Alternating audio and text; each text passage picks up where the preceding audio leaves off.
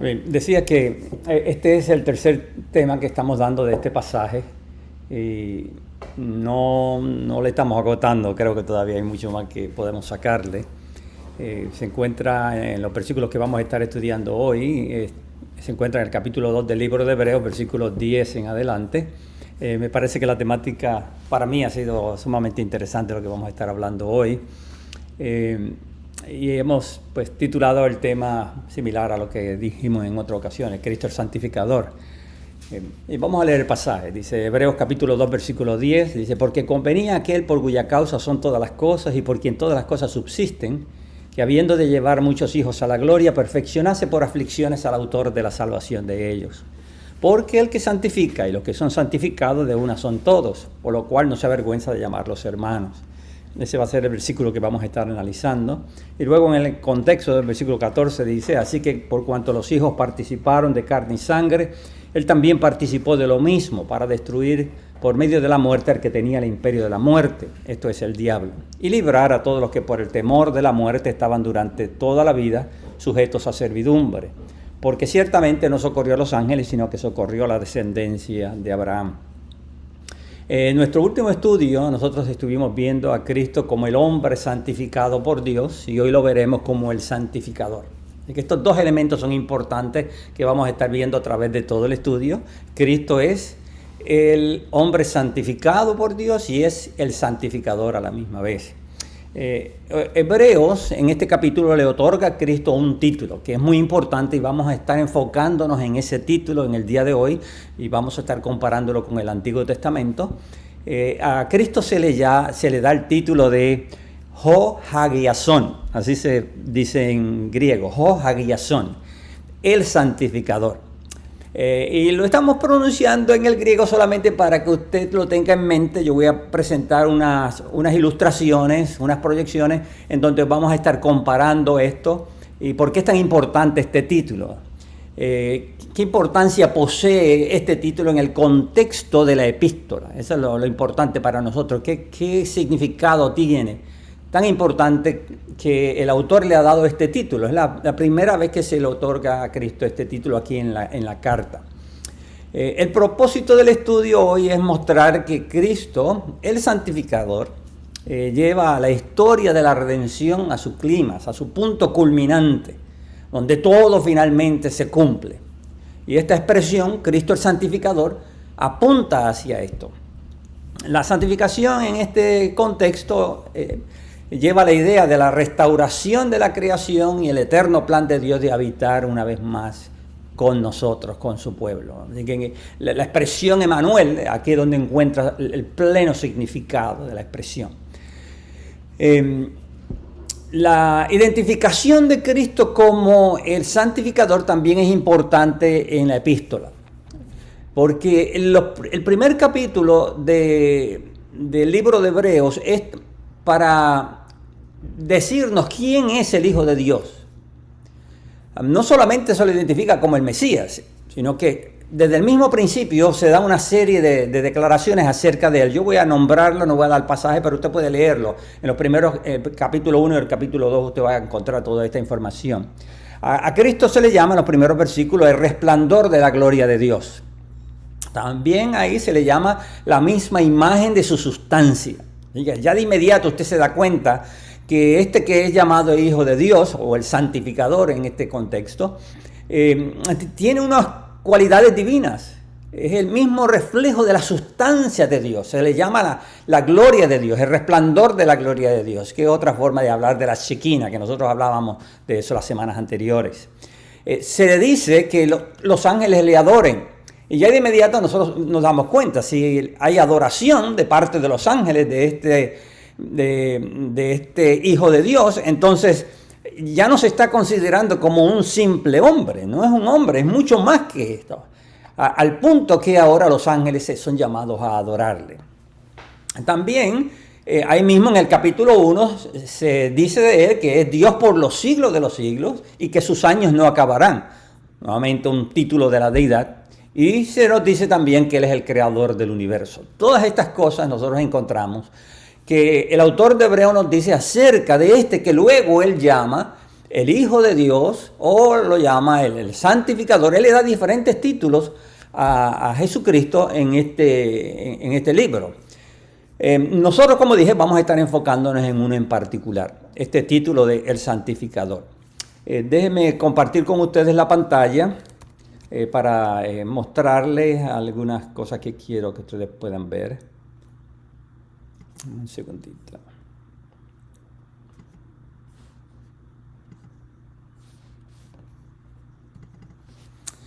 Bien, miren la pantalla.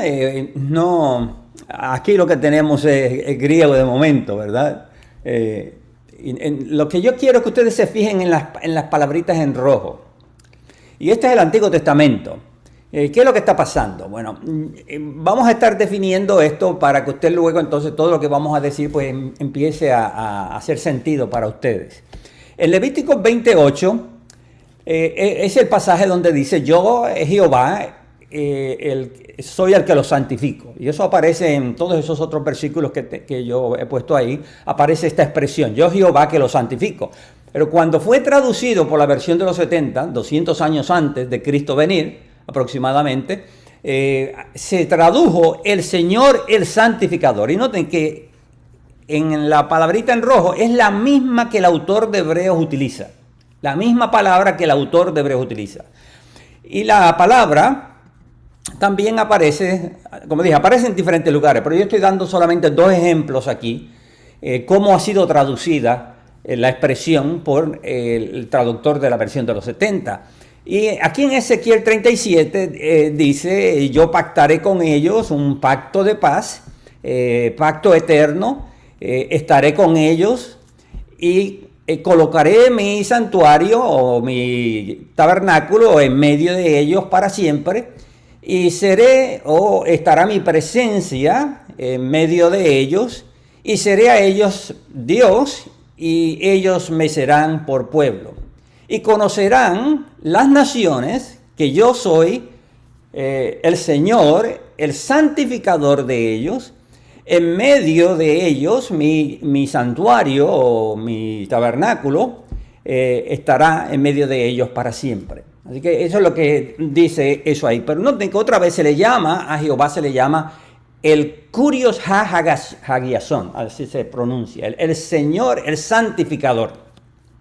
Y el santificador, note la palabrita abajo, en la última línea, el santificador, ese título que se le da allí en griego, es la traducción de la expresión hebrea que en hebreo se diría Yahweh Mekadishkem, ¿verdad? Yahweh Mekadishkem, y que generalmente se toma como otro nombre que Dios se ha colocado. Ustedes saben que a veces se le llama Jehová Nishe, Jehová es la victoria, Jehová el estandarte, etc.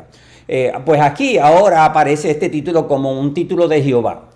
Y este título de Jehová aparece como unas 4 o 5 ocasiones en el Antiguo Testamento, y es dentro del contexto de Dios estableciendo a Israel como nación y conduciéndolos a la tierra de la promesa. Ya nosotros estudiamos todos estos versículos, así que yo no voy a abundar sobre ellos. Lo único que quiero que ustedes vean cómo es que la expresión Jehová, el que lo santifica, ha sido traducida. Cuando nosotros comparamos eso con el libro de Hebreos, noten, es la misma expresión. Aquí está. Es la misma expresión, HaGiasón, pero ahora es utilizada para Jesucristo. Utilizada para Jesucristo. Lo cual indica que el autor de Hebreos está haciendo una conexión. Un título que le pertenece solamente a Jehová, ahora es puesto para Jesucristo. Que la persona hebrea que está escuchando o leyendo este pasaje, en su mente él lo va a traducir como Yeshua Mekadishkem. Va a sustituir la palabra Jehová por Yeshua. Y de esa forma entonces nosotros podemos ver esta identificación. Las personas que eran hebreas, y el libro de Hebreos fue escrito para personas hebreas en particular, ellos en su mente podían hacer la conexión fácilmente de que al llamar a Jesucristo el santificador, se le estaba dando ese título que pertenecía a Jehová en el Antiguo Testamento. Y es el título que describe el deseo de Dios de poder venir a estar cerca de su pueblo. de venir a morar en medio de ellos. Y para poder morar en medio de ellos, entonces Él santificaba a la nación a través del tabernáculo que Él colocó en medio de la nación. Y eso es lo que nosotros apreciamos aquí en el Antiguo Testamento, y cómo este título de Jehová el Santificador está conectado con toda esta historia. Básicamente, la meta hacia donde la historia de la redención de Israel, el Israel que ha sido librado, va conduciéndose hasta este momento donde Jehová finalmente logre morar con su pueblo y se cumpla lo que su nombre, el nombre que Él ha adquirido, refleja, ¿verdad? Nosotros vemos que cuando Jehová o Dios fue a sacar a Israel de Egipto, se dio este título de Jehová. Y el nombre Jehová es para enfatizar la redención. Y el nombre Mekadishken o santificador es para enfatizar en el hecho de que Dios viene a morar con su presencia y a estar con su pueblo. Ahora, ¿qué es lo que yo quiero que ustedes vean? Cuando nosotros leemos la Biblia debemos de tratar de entenderla en el contexto de la historia que se está desarrollando. Generalmente nosotros hacemos exégesis o hacemos estudios de la Biblia o exponemos la Biblia cogiendo palabras, haciendo un análisis de un texto en particular. Y muchas veces nos olvidamos por completo de que nosotros tenemos que entender la Biblia en este contexto bien amplio de la redención. A esto se le llama el enfoque o la manera de estudiar la Biblia a la luz de la historia de la redención.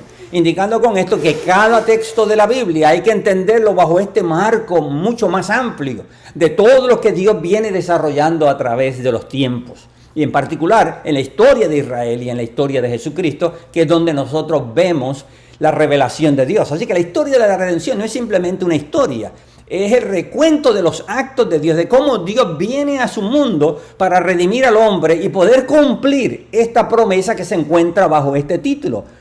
Jehová el Santificador. Ahora, ¿cuál es esta historia? Bueno, nosotros la conocemos, ¿no? Pero antes de ir a ella, noten, en Éxodo 29, 43, dice, allí me reuniré con los hijos de Israel. Y se está hablando de cuando Dios iba a sacarlos de Egipto y lo que Dios pretendía hacer. Dice, allí me reuniré con los hijos de Israel y el lugar será santificado con mi gloria. Otra vez la idea de la santificación. El versículo 46 dice, entonces conocerán que yo soy Jehová su Dios, que los saqué de la tierra de Egipto para habitar en medio de ellos. Yo Jehová su Dios. Noten que el pasaje nos dice que el propósito con el cual Dios los sacó de Egipto es porque Dios quiere habitar en medio de ellos. Este no es un Dios que está a la distancia. Esto no es un Dios que los hombres se imaginan, es un Dios que se hace presente en medio de la nación, es un Dios bien cercano a nosotros. Y esta idea de Dios venir a morar con nosotros, a habitar con nosotros, tiene un impacto tremendo para nosotros. El saber de que Dios es un Dios bien cercano, que se preocupa por nosotros realmente. Luego, en el versículo de Ezequiel 37... puse Ezequiel con ese, se supone que se concerta. En Ezequiel 37, 26 en adelante dice, y haré con ellos pacto de paz, pacto eterno, será con ellos y los estableceré, los multiplicaré, pondré mi santuario entre ellos para siempre y seré a ellos por Dios y ellos me serán por pueblo y sabrán las naciones que yo Jehová santifico a Israel estando mi santuario en medio de ellos. Fue el pasaje que ahorita yo le traducí del griego, aquel pasaje. Bien, aquí entonces nosotros podemos ver estas dos ideas. El santuario está en medio de ellos, Dios los santifica, Dios se muestra como el santificador, estando el santuario en medio de ellos. Y esta es la promesa que Dios le hace a Israel cuando lo sacó ahora de la esclavitud de Babilonia. Así que nosotros encontramos estos dos momentos muy importantes. El primero de Éxodo 29, que nos da el propósito por el cual Dios los saca de Egipto, y luego Ezequiel, tomando el mismo concepto, ahora nos dice el propósito por el cual Dios lo saca de la esclavitud de Babilonia, porque Él quiere volver a morar en medio de ellos. Él quiere santificarlos con su presencia. Esos dos versículos se complementan uno al otro. Ok, vamos a ver esta historia. Y presta atención, mi hermano, porque es importante para lo que sigue. Si usted se pierde aquí, todo el propósito del estudio usted lo va a perder realmente. La historia de la redención desde la perspectiva de Israel comienza cuando Dios hace un pacto con Abraham. Y en la gráfica que tenemos ante ustedes, para que ustedes vean la secuencia de esto, vamos a presentar dos gráficas muy similares, pero una es desde la perspectiva del Antiguo Testamento y la otra es desde la perspectiva del libro de Hebreos. Así que Dios comienza esta historia de Israel haciendo un pacto con Abraham. Y en este pacto que Dios hace con Abraham, Dios le promete que la simiente de Abraham, noten esa expresión muy importante, la simiente de Abraham, Dios la habría de elegir para que sea su pueblo. Y luego entonces establece que esta simiente suya, la simiente de Abraham, quedaría en esclavitud, y sabemos que fue en Egipto. Dios manda a Abraham para que ahora vaya a ver la tierra que finalmente va a tocar a sus hijos, y él está como peregrino en esta tierra. Y finalmente entonces, de los 70 de los patriarcas, ¿no? Israel se multiplica allí en Egipto hasta que finalmente queda esclavo. Y luego entonces la historia continúa cuando ahora Dios envía a Moisés, se levanta a Moisés y lo envía para que venga a sacar a Israel de la esclavitud. Y este es entonces donde se inicia el éxodo. Y el éxodo es fundamental porque es la salida de la esclavitud, es la salida hacia la tierra de la promesa. Es el cumplimiento de lo que Dios ya le había prometido a Abraham, que su simiente habría de ser redimida. Todo esto muestra la fidelidad de Dios. Y ahora entonces se inicia este éxodo y vemos todas estas secuencias de eventos que acontecen, que no vienen al caso ahora, pero después del éxodo Dios los conduce al Sinaí. Y allí en el Sinaí entonces Dios hace pacto con la nación. Y en este momento, en ese pacto que Dios hace, es la confirmación de que Israel volvería a ser el pueblo de Dios, o que Dios cumpliría la promesa que le hizo a Abraham de que la simiente de Abraham sería su pueblo. Aquí en el Sinaí queda esta promesa confirmada. Y luego entonces del Sinaí nosotros vemos que se introduce este libro de Levíticos para hablarnos acerca de todas las funciones del tabernáculo. Y la importancia del tabernáculo era central porque el tabernáculo era el lugar donde Dios manifestaba su presencia, que son los pasajes que estamos viendo aquí, que hemos leído. Y Dios al estar con ellos en medio de la nación, habría de santificarlo. Así que todo lo que Dios está haciendo desde que hace la promesa a Abraham hasta que lo saca de la esclavitud de Egipto y lo lleva al Sinaí, es con el propósito de que Él quiere santificarlos con su presencia. Nosotros hemos hablado muchísimo acerca de cómo la santificación en el Antiguo Testamento se llevaba a cabo. Y una de las funciones era Dios haciéndose presente, santificaba a la nación. No era un proceso que se llevaba a cabo por años para entonces algún día ellos finalmente declarar que eran santos. No, esto era una santificación que venía con la presencia de Jehová. Y se cumplía entonces la idea de que Jehová era el santificador. Jehová el santificador. Y esto lo llevaría a la tierra de Canaán. Así que del santuario nosotros vemos que todo se proyecta hacia el momento cuando ellos finalmente llegaran a la tierra de Canaán. Así que ese es el patrón que nosotros encontramos en esta primera gráfica. En la segunda gráfica es muy similar, presta atención ahora, es muy similar. Y en esta gráfica nosotros encontramos la historia de la redención, pero desde la perspectiva del libro de Hebreos. Y tenemos el pasaje de Ezequiel 37, 26 nuevamente. Y en este pasaje, yo lo que quiero que ustedes vean es que esta es la promesa que está abierta. Si usted lee el capítulo 37 de Ezequiel, usted se va a dar cuenta que el Mesías está presente. Se anuncia la llegada del hijo de David, aquí en Ezequiel 37. No lo estamos leyendo, pero está allí, usted puede leerlo. Así que se proyecta hacia un día cuando el Mesías finalmente viniera y estas palabras de Ezequiel encontrarían su plenitud, su cumplimiento total, el clímax de todo lo que ello apuntaba. De esa manera, entonces, todo lo que el Antiguo Testamento estaba diciéndonos, como dice el autor de Hebreos, era una sombra de una realidad mayor, apuntaba hacia algo mejor. Y ahora entonces, en el autor de Hebreos, en Hebreos 2:10, en versículo 11, vamos a leer desde el 10, dice: porque convenía aquel por cuya causa son todas las cosas y por quien todas las cosas subsisten, que habiendo de llevar muchos hijos a la gloria, perfeccionase por aflicciones al autor de la salvación de ellos. Noten que en el pasaje se nos habla de llevar muchos hijos a la gloria. Así que el destino final es la gloria. Y para realizar esto, Dios nos mandó un santificador. De la misma forma que Jehová era el santificador en el Antiguo Testamento, ahora es Cristo el santificador en el Nuevo Testamento. En otras palabras, para Dios cumplir su propósito de llevarnos a la gloria, necesitaba un santificador. Y este es Jesucristo. Ahora, noten ahora lo que el autor de Hebreos nos presenta. Lo mismo que pasó en la primera gráfica está pasando aquí. El autor de Hebreos nos habla de la liberación de la simiente de Abraham. Vamos a dar versículos ya mismo de todo esto. La liberación de la simiente de Abraham nos habla de la esclavitud bajo el imperio del diablo. Y cómo la simiente de Abraham ahora está siendo redimida del nuevo faraón que es el diablo. Nos habla de un nuevo éxodo, el autor de Hebreos. Nos habla de un nuevo pacto que ha sido, y lo conecta con el monte de Jerusalén, la celestial. Nos habla de un nuevo santuario, el santuario celestial. Y todo eso es para conducirnos a la Canaán que tiene fundamentos eternos, que es llevarnos a la gloria. Y para eso Dios ha utilizado a Yeshua Mekadishkem, a Jehová o a Jesús, nuestro santificador. Nuevamente, entonces, ¿qué es lo que nosotros podemos captar de todo esto, de estas dos gráficas? Cuando nosotros las ponemos una al lado de la otra, nos damos cuenta que es el mismo patrón, es el contraste exactamente lo mismo, se está enfatizando la misma verdad, y lo que se nos trata de comunicar es que en Cristo Jesús, esta primera historia que nosotros encontramos en la historia del Antiguo Testamento, ahora encuentra su plena realización en la persona de Jesucristo, en la experiencia de Jesucristo, en todo lo que está pasando con Él, como el precursor de todas estas cosas.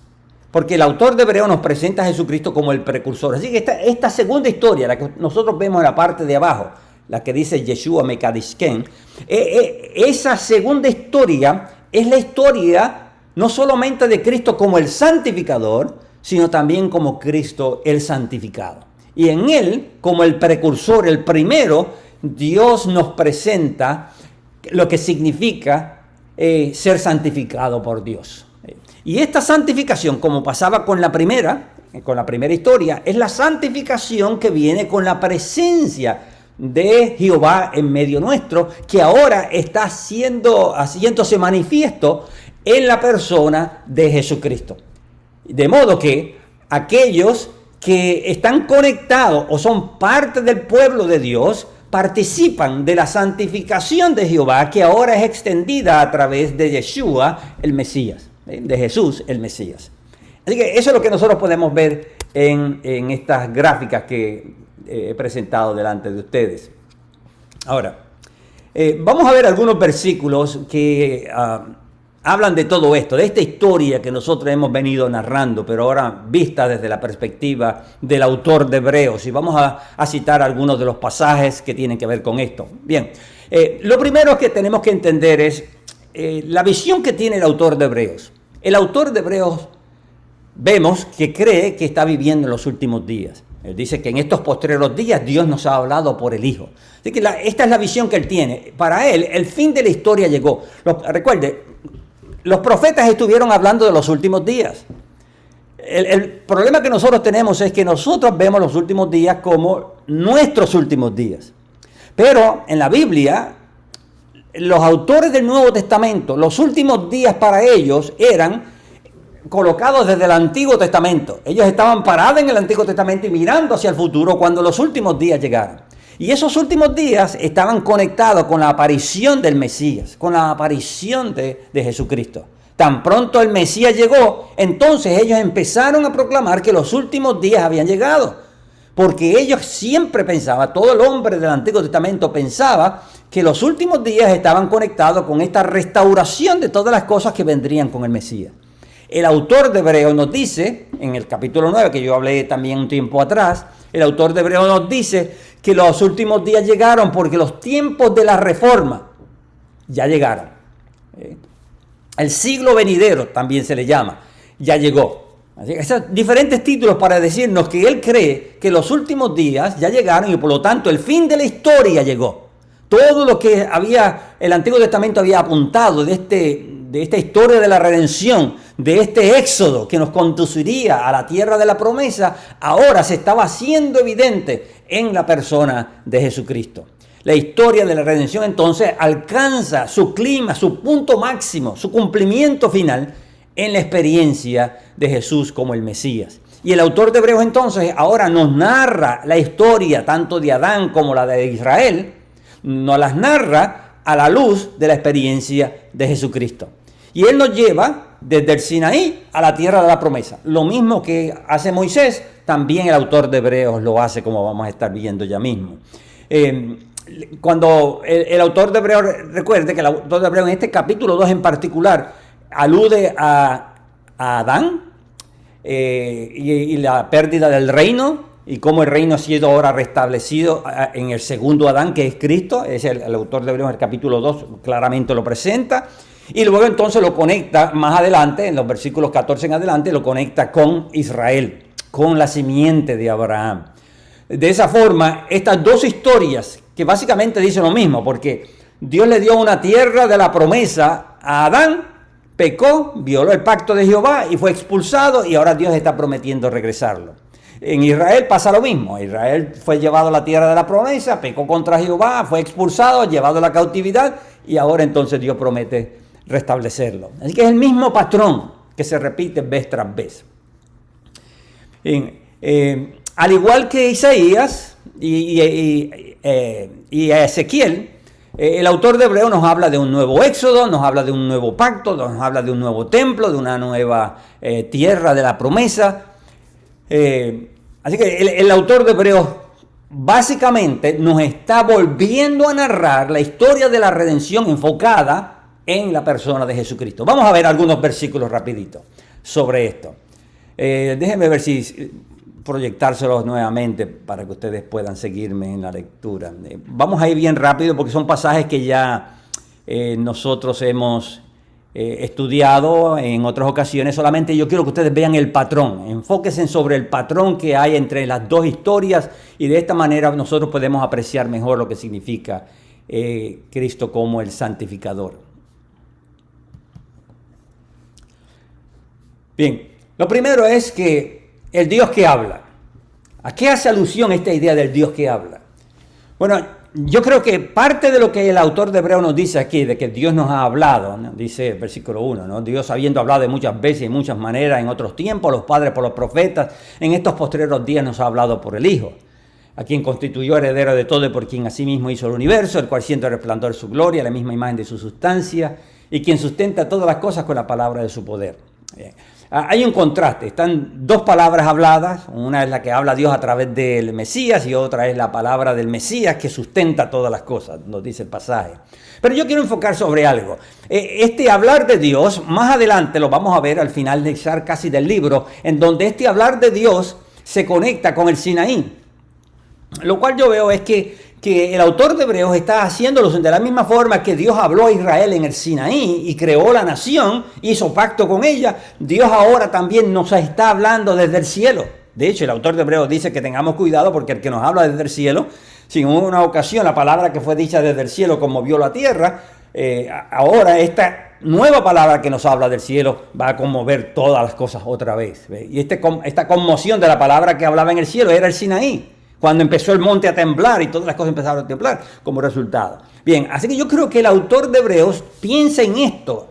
Y si usted sigue el patrón, usted se da cuenta, hace mucho sentido el ver que este hablar no es simplemente el hablar de la revelación, es presentándonos a Jesucristo como el Jehová del Antiguo Testamento que nos habla ahora desde el cielo y establece este pacto con nosotros. Luego entonces viene la exhortación. En el Antiguo Testamento Moisés también viene y hace una exhortación a que escuchen a la voz de Jehová, porque a lo contrario vienen maldiciones. Dice el 2.1, por tanto es necesario que con más diligencia atendamos las cosas que hemos oído, no sea que nos deslicemos. Porque si la palabra dicha por medio de los ángeles fue firme y su transgresión y desobediencia recibió retribución, ¿cómo escaparemos si descuidamos una salvación tan grande? Bien, otra vez, atendamos con diligencia las cosas que hemos oído.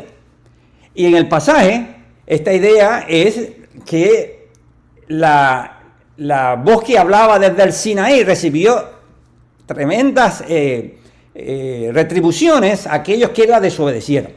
Así que el pasaje habla aquí también del Sinaí, otra vez. Así que de esa forma usted puede darse cuenta que hay una conexión entre este hablar de Dios conectado con el Sinaí, porque el autor de Hebreos está recapitulando la historia, volviéndonos a contar la historia desde otra perspectiva, desde la perspectiva de Jesucristo. Y luego entonces vemos que Dios escucha el clamor de la simiente de Abraham. En Egipto nos dice que Dios escuchó la simiente de Abraham clamar al cielo y mandó a Moisés. En esta ocasión Dios también está escuchando el clamor de sus hijos. Versículo 14 dice, así que cuando los hijos participaron de carne y sangre, él también participó de lo mismo, para destruir por medio de la muerte al que tenía el imperio de la muerte, es el diablo, y librar a todos los que por el temor de la muerte estaban durante toda la vida sujetos a servidumbre. Así que usted puede ver aquí que se enfatizan varias cosas. El temor del hombre que estaba ahora sometido a la esclavitud. Habla del reino de Satanás, que en el contexto de la historia es este nuevo faraón que ahora tiene a la descendencia de Abraham, la tiene bajo esclavitud. Note que el versículo 16 dice que él vino a socorrer a la descendencia de Abraham. Esa descendencia de Abraham estaba bajo la esclavitud de Satanás. De esa manera, otra vez, podemos ver el paralelismo. Dos simientes, o una sola simiente, la simiente de Abraham, pero vista desde dos perspectivas diferentes, vista desde el punto de vista de Faraón y vista desde el punto de vista ahora de la obra que Dios estaba haciendo con Cristo para librarnos de Satanás. Y otra vez, un paralelo, para mostrarnos que el Faraón del Antiguo Testamento era una figura tan solo de Satanás. En el Nuevo Testamento. De hecho, el libro de Apocalipsis, en el capítulo 12, cuando se presenta la serpiente antigua, llamada Diablo y Satanás, que viene a devorar al niño, recuerda que el niño se parece mucho a Moisés. El niño Moisés, también Faraón trató de destruirlo, y en el Nuevo Testamento, el niño Cristo, Herodes trata de destruirlo también. Así que el mismo contraste. Y en ambos casos hay redención también en el libro de Apocalipsis.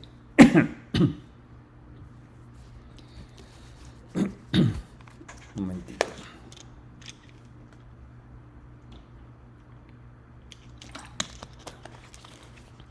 Así que esta es la historia que ha venido desarrollándose a través de los siglos y que ahora estamos viendo cumplirse en la persona de Jesucristo con su obra y cómo esa obra está beneficiando a la descendencia de Abraham.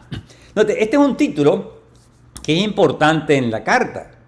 Al hablar de la descendencia de Abraham, el autor de Hebreos está conectando a su audiencia con su historia. Estos son hebreos.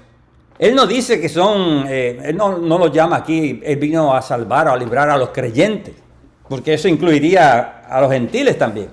Él simplemente está utilizando algo que es muy propio para esta audiencia que él tiene. Ahora, ¿significa eso que él considera que los únicos que han sido redimidos son la descendencia de Abraham? No, ciertamente que no. Es para todos los hombres.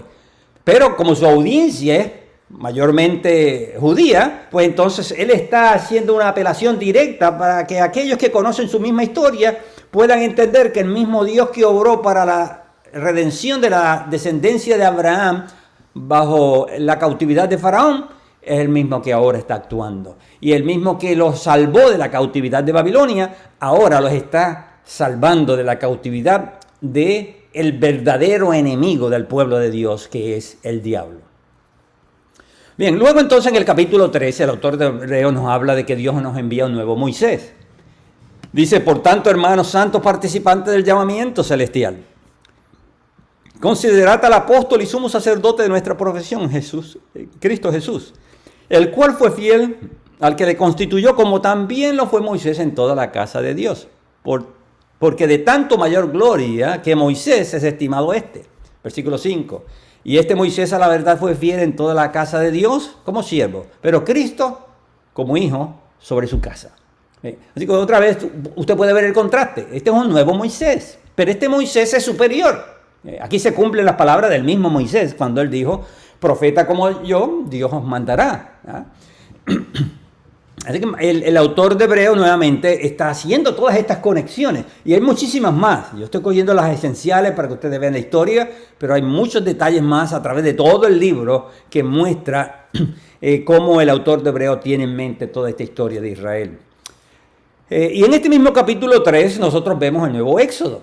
Recuerda, el capítulo 3 es donde habla de que Dios manda a Israel en 40 años en el desierto porque no quisieron entrar a la tierra de la promesa. Pues este es el Éxodo que se está hablando. Éxodo hasta que entren a la tierra. Una vez entra a la tierra terminó su Éxodo, ¿no? Pues el capítulo 3 y 4 hablan de este nuevo Éxodo, donde se nos manda o se nos invita ahora que nosotros también entremos y entremos en el reposo de Dios. Ya también nosotros estudiamos eso de que la palabra entrar en el reposo, cuando es utilizada para la tierra, significa entrar a poseer la tierra de la promesa de Dios. Y el autor de Hebreos también aquí en el capítulo 4 nos dice que Cristo es el precursor. Cristo fue el que entró por primera vez al reposo de Dios. En el capítulo 5 al 7 se nos presenta a Cristo como el nuevo sacerdote del nuevo templo.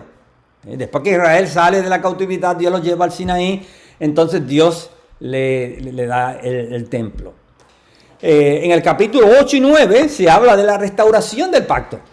Dedica 2 capítulos para hablarnos del pacto. De hecho, si extendemos todavía, porque en el 10 todavía él sigue hablando del pacto, pero en estos capítulos son esenciales porque nos habla de esta restauración del pacto. Así que usted puede ver que es un patrón muy similar a lo que pasó en el Antiguo Testamento. Y en el capítulo 10 se nos habla de la ratificación del pacto.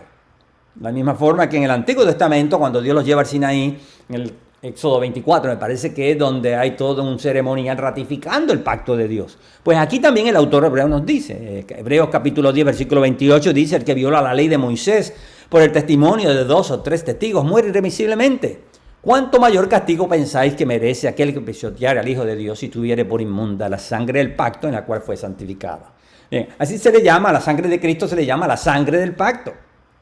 Este versículo lo vamos a estudiar con más detalle, así que no voy a dedicar mucho tiempo en él cuando estemos profundizando un poco más sobre la idea de santificación aquí en el libro de Hebreos. Pero de momento lo que nos incumbe, una es de importancia para nosotros en este estudio, es que nosotros podamos ver que el autor de Hebreos también habla de cómo Dios ha provisto esta sangre del pacto para ratificar el pacto. El nuevo pacto ahora ha sido ratificado por medio de la sangre de Jesucristo. Y en Hebreos 12 encontramos a Cristo entrando en la tierra de la promesa. Los primeros versículos hablan de esto, nos hablan de todos aquellos, el capítulo 11 nos da toda aquella nube de testigos que miraron hacia el futuro cuando ellos pudieran heredar la promesa, la verdadera promesa, y no la pudieron alcanzar. Y luego entonces de ahí termina introduciendo el 12 y diciéndonos que Cristo es el hombre de fe, el autor y consumador de nuestra fe. Entonces, esa idea de consumar la fe significa que alcanzó el objetivo hacia donde la fe apuntaba, la fe de todos estos hombres apuntaba. Finalmente alcanzó su objetivo en la persona de Jesucristo, entrando a la tierra de la promesa, entrando a la diestra de Dios. Luego entonces nos habla también, en ese mismo capítulo 12, en versículo 18, nos habla del nuevo Israel frente al nuevo Sinaí, que en esta ocasión, en lugar de ser el Sinaí, es el monte de la ciudad celestial. Dice el versículo 18, porque no os habéis acercado al monte que podía palpar y que ardía en fuego, o a la oscuridad, o a las tinieblas y a la tempestad, al sonido de la trompeta y a la voz que hablaba, la cual los que la oyeron rogaron que no les hablase más. Usted puede ver que es una alusión al Sinaí. Sino que os habéis acercado al monte de Sión, la ciudad del Dios vivo, Jerusalén la celestial, a la compañía de muchos millares de ángeles. Mirad, versículo 25, que no desechéis al que habla. Otra vez, usted puede ver la conexión. Nuevamente el Sinaí, la voz que habla desde el cielo, y ahora entonces se nos dice que hay otra voz que habla desde el cielo. Y esta voz ahora habla desde el monte de Sión, en donde está la ciudad del Dios vivo. Así que es claro que entonces se está hablando de un nuevo Israel que ahora está frente a este nuevo monte de Sinaí, que sería el monte de Sión. Dios está hablando desde allí y ahora vuelve otra vez la exhortación. Miren, no desechen al que habla desde este nuevo monte. Así que usted puede ver entonces esta conexión que se está haciendo en todo momento. Al terminar, Hebreos 13, vuelve otra vez con la confirmación del pacto y nos dice, Hebreos 13:20, y el Dios de paz que resucitó de los muertos a nuestro Señor Jesucristo, el gran pastor de las ovejas por la sangre del pacto eterno, os haga aptos en toda buena obra para que hagáis su voluntad, al cual sea la gloria por los siglos de los siglos. Ahora, noten por qué este pasaje es interesante también. Primero se le llama a Jesucristo el gran pastor de las ovejas. Ese es un título que le pertenece a Moisés también. Y ahora se le está dando a Jesucristo. Se le llama aquí la sangre del pacto eterno, que la expresión pacto eterno nosotros la vimos en Ezequiel 37, cuando Ezequiel está anunciando que Dios va a hacer un pacto de paz, un pacto eterno, y va entonces a colocar su tabernáculo y todas las naciones van a saber que Jehová santifica a Israel. Y ese es el pasaje que nosotros ya estudiamos. Así que, mi hermano, usted puede darse cuenta entonces que esta expresión del título de Cristo como el santificador es para conectar dos historias.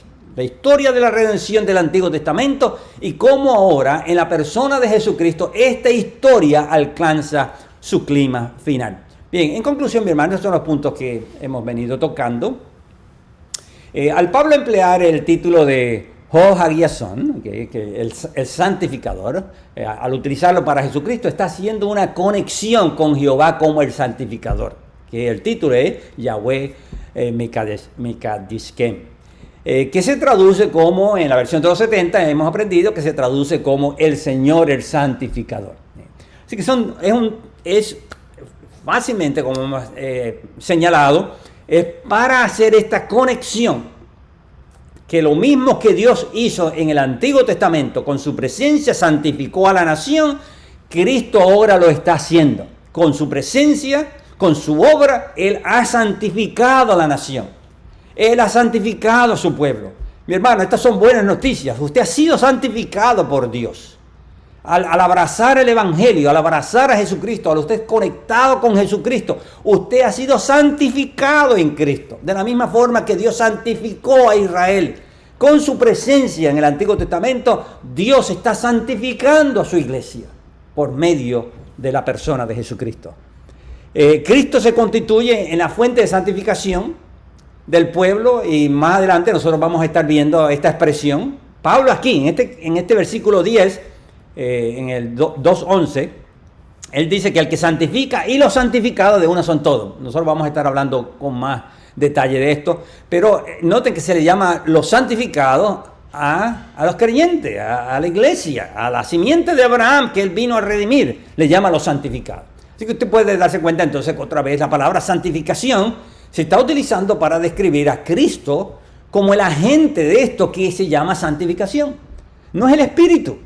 ¿No? El autor de Hebreos no habla de santificación en términos del Espíritu, él habla de santificación en términos de Jesucristo. Cristo es el que santifica, con su presencia, con su obra, con todo lo que Él es, con su propia historia. Él está santificando al pueblo de Dios. Cristo es el santificador, no es el Espíritu en nosotros, como muchas veces nosotros encontramos en el mundo cristiano y aún pasajes como este que estamos analizando. Si usted coge un comentario bíblico, usted se va a dar cuenta que muchos comentaristas, cuando hablan de Cristo como el santificador, ellos entienden que eso significa que Cristo entonces, a través de su Espíritu, está transformando el corazón de los hombres. Pero eso no es lo que está hablando el autor de Hebreos. El autor de Hebreos, en el contexto, está hablándonos de cómo Dios ha restituido el reino a Jesucristo. Ha constituido a Cristo el segundo Adán y le ha entregado todas las cosas, el señorío de todas las cosas, y por medio de su muerte lo ha constituido en el autor de nuestra salvación y en el santificador de su pueblo. Así que la santificación está conectada con la redención de Jesucristo. No está conectada con una obra interna en nosotros. Y eso es clave aquí en la epístola. Yo he mencionado, y vuelvo y lo repito, que el autor de Hebreos, cuando utiliza la palabra espíritu, no la conecta con la santificación en ningún momento. No la conecta con la santificación. Siempre es Cristo el que está conectado con la santificación. Cristo es siempre el que obra la santificación de su pueblo, no el Espíritu, como tradicionalmente se ha enseñado.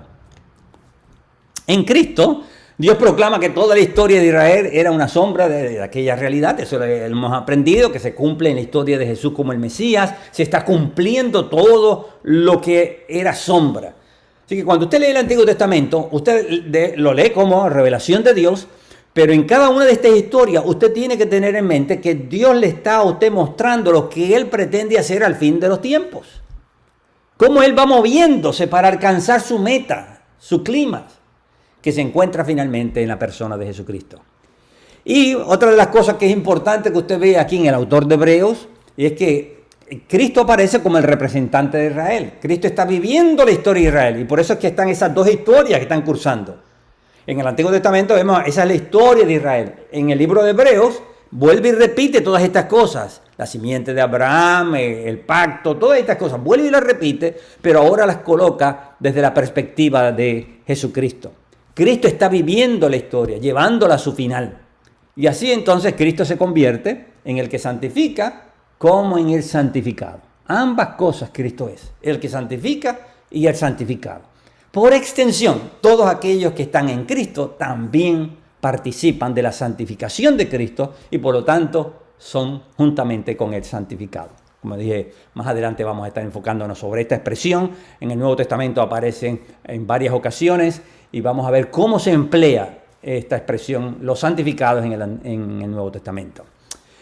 Otra de las cosas importantes a entender en el autor de Hebreos es que Cristo es llamado el precursor de su pueblo. ¿Qué significa precursor? Uno que va antes, está abriendo camino, él va primero que nosotros. A veces en Pablo encontramos que se le llaman muchas veces las primicias. Pues como precursor eso significa que Cristo pasó por toda esta historia y alcanzó el fin de la historia, que era ir a la gloria, sentarse a la diestra de Dios o entrar a la tierra de la promesa. Son diferentes títulos para lo mismo. O también entrar al lugar santísimo, que es otra figura para hablar exactamente de lo mismo. Entonces, al Cristo ser precursor, lo que nos está diciendo es que esa historia de la redención que se vino anunciando, Cristo la está viviendo en su carne para garantizar que esa sea también nuestra propia historia, que ese también sea nuestro propio futuro. El Dios que se ha hecho cercano para nosotros, se ha hecho cercano al punto de que Él ha vivido nuestra propia historia para que nosotros sepamos cuán cerca de ti y de mí está. Bueno, la idea detrás de todo esto es que cuando la Biblia dice que Jehová santifica a Israel, es para que nosotros entendamos que Dios quiere estar cerca de ti y de mí. Cuando Él te santifica es para traerte cerca de Él, para permitirte estar delante de su presencia. Y para que tú estés seguro de que no hay ningún obstáculo que pueda evitar que tú estés delante de la presencia de Dios. Por eso el autor de Hebreos te dice, entra con seguridad. Porque Dios ya ha santificado al hombre para que el hombre pueda estar delante de la presencia de Dios. Tú como ser santificado delante de Dios. Tú puedes tener la seguridad de poder ir ante Dios, acercar tus oraciones a Él, mantener una relación íntima con Él, el saber de que Él está junto a ti. Los ojos carnales no lo ven, pero Él está prometiendo en este título, el santificador, Él está prometiendo de que Él está cerca de nosotros, junto a nosotros. Él está viviendo nuestras experiencias, sufriendo junto a nosotros para que nosotros podamos entonces poder tener esa seguridad de que no estamos abandonados y solos. Este es único porque en el Antiguo Testamento nosotros encontramos a Jehová que siempre se presenta como Dios con nosotros, Emmanuel, ese título, Dios con nosotros. Porque Él quiere, cuando Él se presenta como santificador es para decirnos, yo estoy con ustedes. Y esto es maravilloso porque nos muestra un Dios que desea ser parte de nuestras alegrías y parte de nuestros sufrimientos. Al punto que le dice a Israel, en toda angustia de ellos, Él fue angustiado, nos dice Isaías 63:9. O en Jueces 10:16 dice, Él fue angustiado a causa de la aflicción de Israel.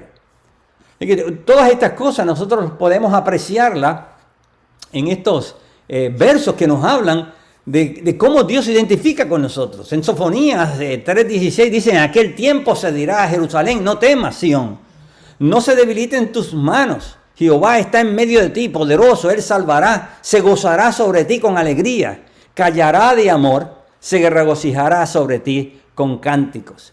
Y esto es para que nosotros podamos ver este Dios tan cercano, que Él sufre contigo y se alegra contigo. Y Él siente un pleno gozo en proveer para nosotros todas aquellas cosas que son para nuestra felicidad. Así que, mi hermano, es una tremenda bendición en este título de Cristo como el santificador. Hay una comunicación tremenda de la cercanía de Dios a nosotros y del deseo constante de Dios de que algún día sus hijos puedan estar con Él para siempre y nosotros podamos entonces disfrutarlo por la eternidad. Y por eso es que el libro de Hebreos, para mostrarnos esta cercanía, noten, ya no es la cercanía de Dios venir y descender al tabernáculo, es la cercanía de, puesto que los hijos participaron de carne y sangre, Él también participó de lo mismo. ¿Qué Dios más cercano usted podría necesitar? No hay forma de nosotros expresar todo lo que eso significa realmente. Y yo creo que en esta vida nosotros jamás vamos a poder entender todas las implicaciones de Dios hacerse hombre para mostrarnos el profundo amor que Él siente hacia su creación. Y en esta expresión, el santificador es para decirnos Dios viene a su mundo. De la misma forma que vino a su templo y lo santificó, Dios viene a su mundo para santificarlo. Gracias, mis hermanos. Señor les bendiga.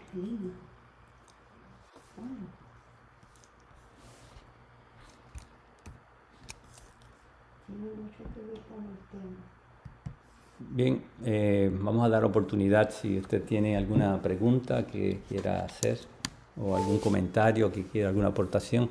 Nos quedan unos minutos, así que... Cristina, adelante. Una cosa, Saúl, por un texto que leí al principio. El santuario es donde Dios habita, ¿cierto? ¿Representa a Jesús el santuario? Bueno, yo creo que representa toda la obra de Dios en Cristo. Toda la obra de Dios en Cristo. Yo he mencionado en otras ocasiones que cuando el sacerdote entraba al lugar santísimo era una figura de Adán entrando al lugar santísimo ante la presencia de Dios. El hombre fue expulsado de la presencia y ahora a través del ritual Dios estaba comunicándole, un día ustedes van a poder entrar. El autor de Hebreos coge esa misma idea y dice que Cristo ahora entra al santuario celestial, que es otra forma de decir que este nuevo Adán, finalmente, después de haber logrado toda la obra que realizó, ahora entra a la presencia de Dios. Así que yo creo que el santuario es el símbolo de la presencia de Dios hacia donde Dios quiere conducir a su creación y mantener entonces esta unión estrecha con su pueblo. La idea del santuario era para enfatizar Dios se ha hecho presente con los suyos. Él va a vivir con los suyos, va a mantener esta relación permanente con ellos. Pues el hombre fue expulsado de eso y ahora el autor de Hebreos trata de comunicarnos de que todos los estorbos para nosotros poder tener esa bendición han sido eliminados, y para mostrar que eso es así, Cristo ahora ha entrado como precursor al santuario celestial o a la presencia de Dios. En ese sentido yo creo que hay una distinción entre Cristo como un símbolo de toda la obra que está aconteciendo en el santuario y Cristo entrando al santuario o entrando a la presencia de Dios. El santuario, como dije, es una figura de la presencia de Dios. Si tan pronto nosotros igualamos a Cristo con el santuario, se pierde las funciones sacerdotales de Jesucristo y ya entonces Cristo realmente no entró a ningún lugar. O sea, creo que es la segunda hoja que pusiste acá en la pantalla. Uh-huh. Hay una parte que dice, habitará siempre el santuario entre ustedes, algo así dice el texto. Sí, sí. Entonces me llamó la atención porque digo, parecería que está hablando de Jesús. Por eso te lo pregunto puntualmente. Parecería que ese texto está diciendo Jesús. Entonces sí. Dije, es que el santuario es el símbolo de Jesús, o es Jesús, o representa, por eso. Sí, sí. Uno tiene que verlo a la luz del contexto, por eso no citamos todo el pasaje. Ezequiel 37 habla de que el Hijo de David va a estar en medio de nosotros.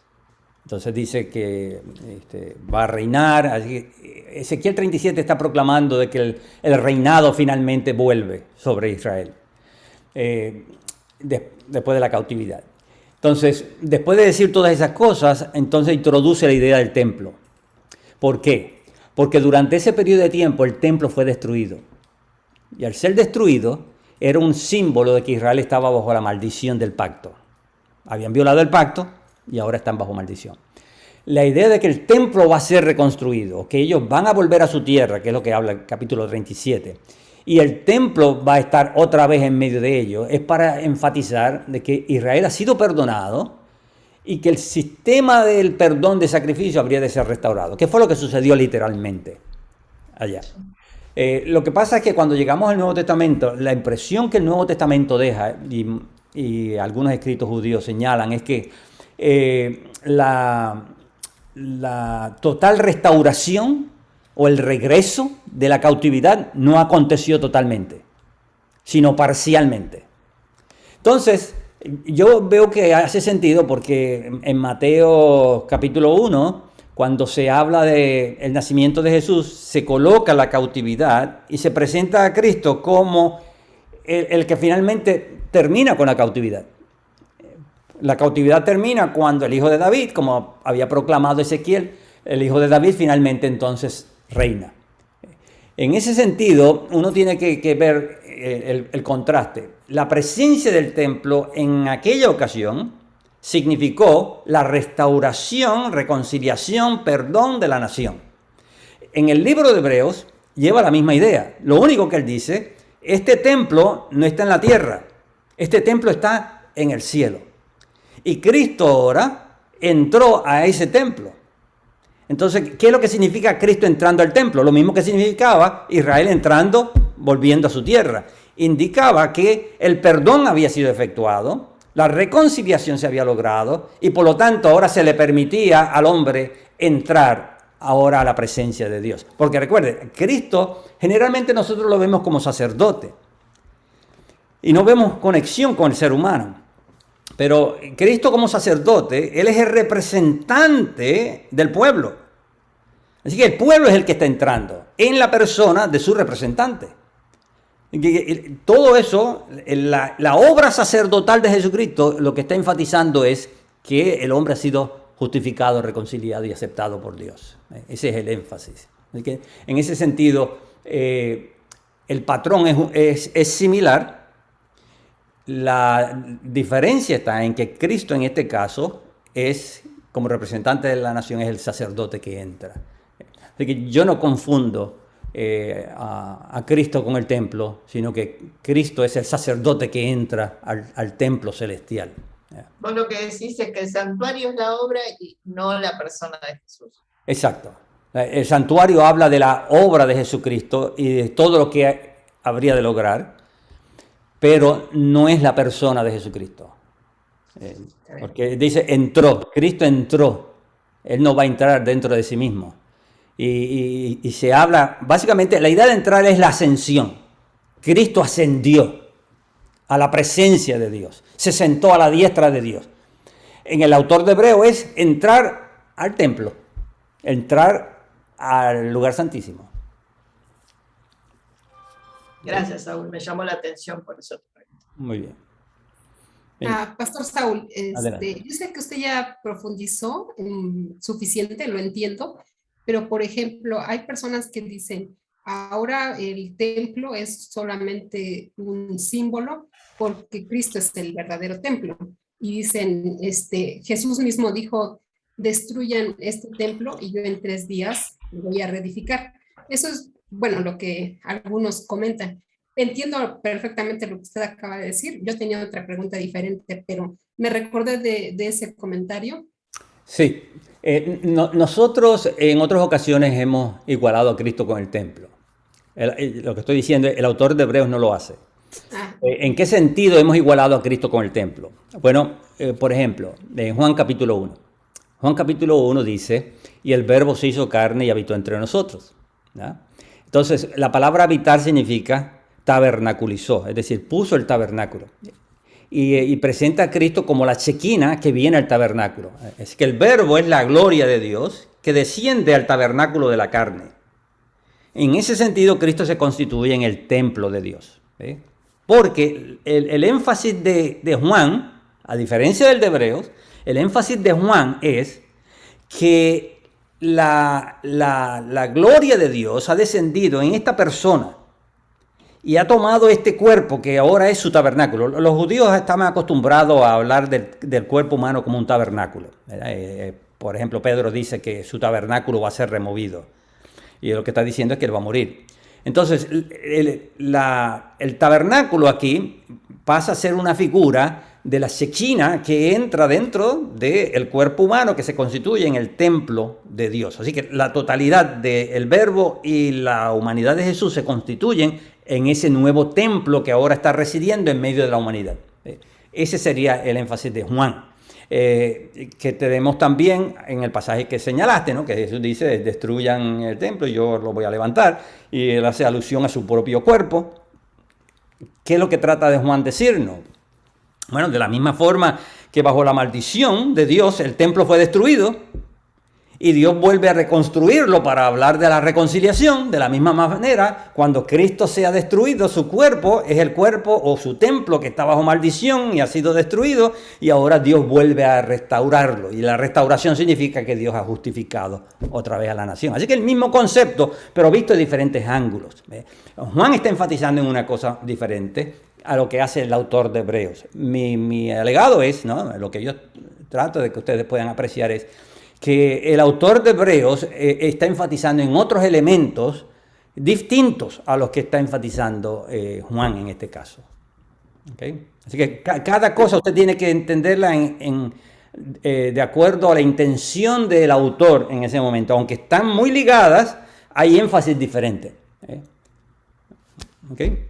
Sí, amén. Y pastor, mi pregunta era, por ejemplo, usted mencionó acerca de que la santificación es así por medio de Jesucristo, y algunos que sí están enseñando que es por la obra del Espíritu Santo, diciendo, por ejemplo, a través de los frutos, que los frutos del Espíritu Santo son los que muestran al creyente y muestran todos los dones. Como que esa parte a mí me cuesta todavía un poco entenderla. Digo, entiendo la santificación por Cristo. Ok, la santificación, yo prefiero hablar santificación en Cristo que santificación por Cristo. Le voy a decir por qué. Cuando decimos santificación en Cristo, significa que nosotros somos santificados al estar conectados con Él, que ha sido el santificado. Él es el santificado y yo participo de la santificación de Cristo. Cuando el mundo cristiano habla de la santificación por Cristo, lo que está diciendo es que por medio del poder de Cristo en nosotros, se va destruyendo la maldad del corazón humano. A veces dicen, somos santificados por Cristo o somos santificados por el Espíritu, pero están haciendo alusión a la misma idea. Así que yo prefiero hablar de santificación en Cristo en ese sentido, para no confundirlo con lo otro. ¿Está eso claro? Sí. Ok. Lo otro en cuanto al creyente se refiere.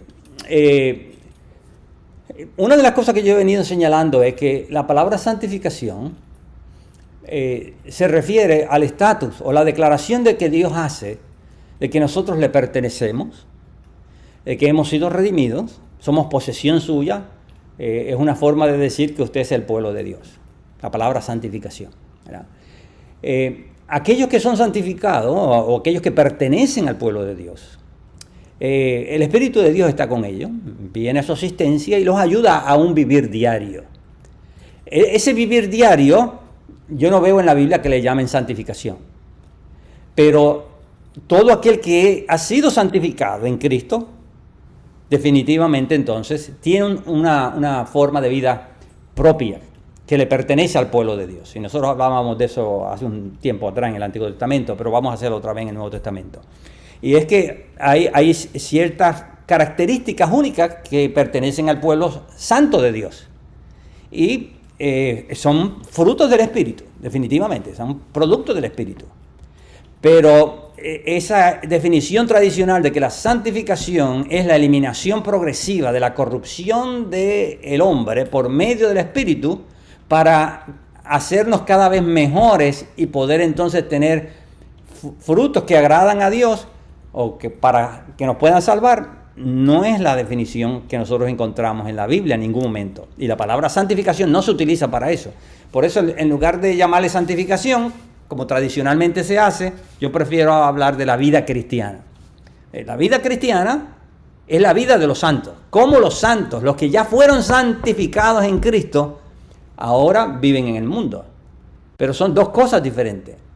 Ya se elimina esa idea de la eliminación progresiva del pecado del hombre, porque eso no sucede. Eso no sucede, por más vuelta que le quieran dar, no sucede. En la Biblia no se habla de que el hombre progresivamente pierde su naturaleza pecaminosa. Al contrario, la vida cristiana es una vida de una lucha constante, lucha con la carne. Si usted no tiene carne pecaminosa, usted no tiene lucha. Así que si usted tiene lucha, y esa lucha va a estar hasta el último día de su vida, eso significa entonces que usted tiene una naturaleza corrupta con la cual lo va a hacer caer, usted va a levantarse, cae, se levanta, y es una lucha constante. Una lucha por desarrollar mejores cualidades del carácter, una lucha por dar el mejor ejemplo ante el mundo. Pero es una lucha en medio de un cuerpo que está totalmente corrupto. En ese sentido, cuando hablamos de santificación, no tiene nada que ver con eso. Es algo que Dios me ha otorgado como pura gracia, en donde Él me declara que yo pertenezco a la familia de Dios, soy hijo suyo, el pueblo de la promesa, y como pueblo de la promesa yo voy a tener mis luchas, pero sigo siendo el pueblo de la promesa, pertenezco a la familia de Dios. Mis caídas y mis luchas, mientras yo vivo mi vida cristiana en el mundo, no me quitan mi posición como hijo de Dios. Pero en la definición tradicional, usted encuentra que si usted, al analizar su vida, usted no tiene los frutos de una vida que ha ido progresivamente eliminando el pecado, es porque usted no ha sido santificado. Y eso yo no lo veo en la Biblia en ningún lugar. En ningún lugar. Ahora, ¿existe conexión entre la santificación de la iglesia, que ha sido santificada ya, con la vida cristiana? Sí, y vamos a estar hablando de eso más adelante. Bien, gracias, pastor. Muy bien. Yo creo que aquí pues terminamos. Esperamos por William. Si hay algo más mientras William llega, pues. Hermano, yo espero que ustedes estén sacando provecho de estos estudios. Yo no sé, porque yo no los escucho, la mayoría de ustedes no habla, y uno no sabe si están entendiendo o no están entendiendo, si están siendo de algún tipo de beneficio los estudios que se están llevando a cabo. Ya llevamos algunos meses en esta temática. Para mí es una temática interesante, como lo es la temática de la justificación, porque yo la veo como una obra de Jesucristo, y me ha ayudado a poder entender muchísimos versículos de la Biblia que antes me eran más oscuros. Y pues yo sigo profundizando en ella, ¿no?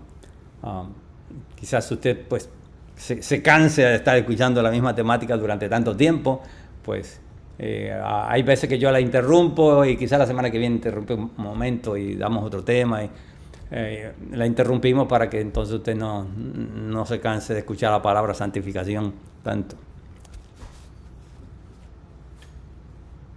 Adelante, William.